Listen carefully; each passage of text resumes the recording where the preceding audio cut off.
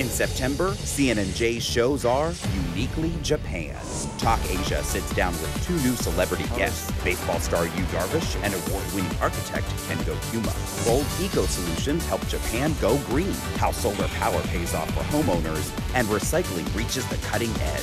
And Vital Signs visits a small Japanese town, keeping the elderly happy to help solve its economic problems. All next month, watch Uniquely Japan on CNNJ. From here and everywhere, this is CNN.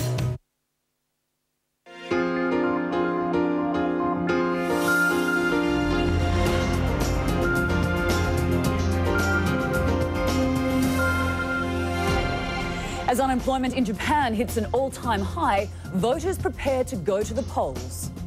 Will the new numbers lead to a victory for Japan's minority party? Plus, what China's saying about the Dalai Lama's planned trip to Taiwan. And a look at the UK's baby boom. Hello and welcome. I'm Anna Corrin in Hong Kong. You are watching CNN Today.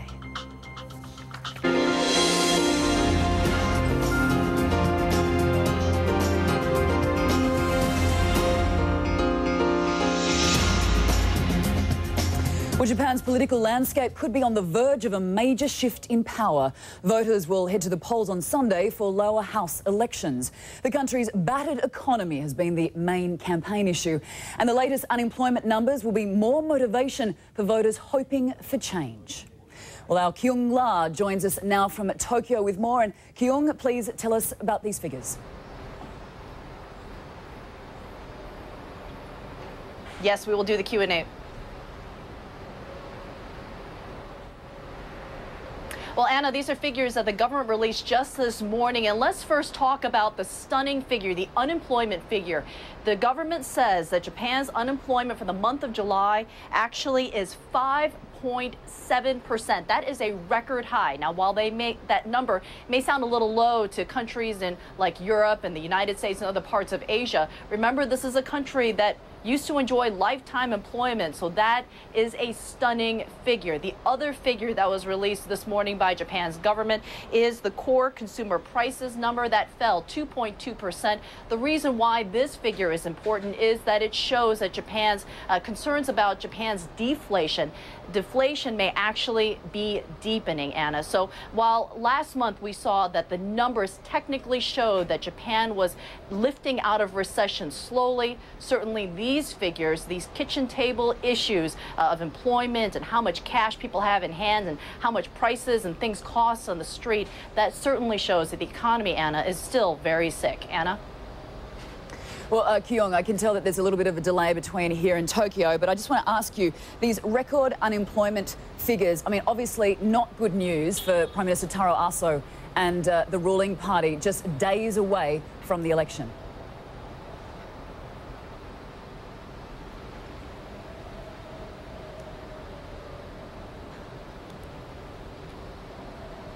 Certainly days away. It happens on Sunday. This is the news that the LDP, the ruling party, and Prime Minister Taro Aso's party certainly did not want to have on the eve of this election. This is the news that's going to be ringing in the ears of the voters, and what they are expecting to do, if the polls are correct, they are going to boot this political party out of office. Yoshio Hidaka is a sort of buttoned-up conservative the ruling party could count on for more than 5 decades. The owner of a food importing company, he's always voted for the Liberal Democratic Party or the LDP. But with the recession hammering his company's business, he's ready to taste change this election. If the same party like the LDP is in power for 60 years, says Hidaka, dirt piles up. So I'm welcoming the new change. And he's not alone. Voters mobbed Yukio Hatayama this week, support he's not used to as a leader of the opposition party.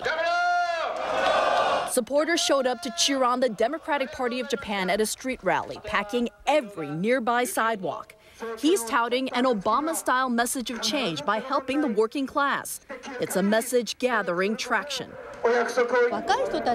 Young people can't find a job, says this woman, and I'm worried about pensions. I want to see change. So what's leading to this voter revolt? Japan has been in recession before, but what's different now is that this recession is the worst that the world's second largest economy has seen since World War II.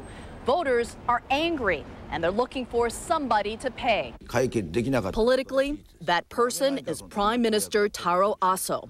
His approval ratings dwell in the teens, blamed for LDP failures and for falling short in pulling Japan quickly out of the recession. Polls predict he'll lead his ruling party to a bruising defeat. It would be a seismic shift and change-averse Japan. But it's not surprising if you talk to the unemployed. What it comes down to is that voters feel this recession personally. I can't find a job, says Yuichi Yazawa. I never expected this. Yazawa is now in a government-run computer training program and plans to funnel his frustration in the voting booth. If he stays good on his threat and the polls are correct, the recession's latest victim in Japan would not be corporate earnings, but political careers.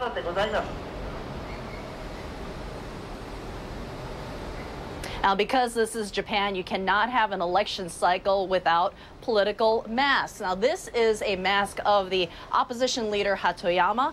Strangely enough, it's not selling as well as Prime Minister Taro Aso's map. Now, that is not a precursor to how they're going to do this weekend. In fact, the Aso mask is selling so well, says the maker, because people are angry and actually want to make fun of the Prime Minister. So another precursor, another poll perhaps, Anna, of how this weekend is going to go, unofficial though that may be.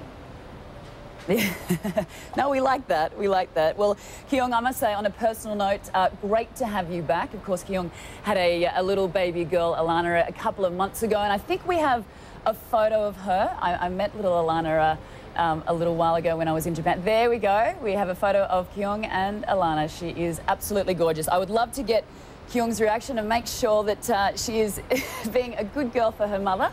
But I know there's a bit of delay between Hong Kong and Tokyo. I'm going to have to record this for my mother. Congratulations.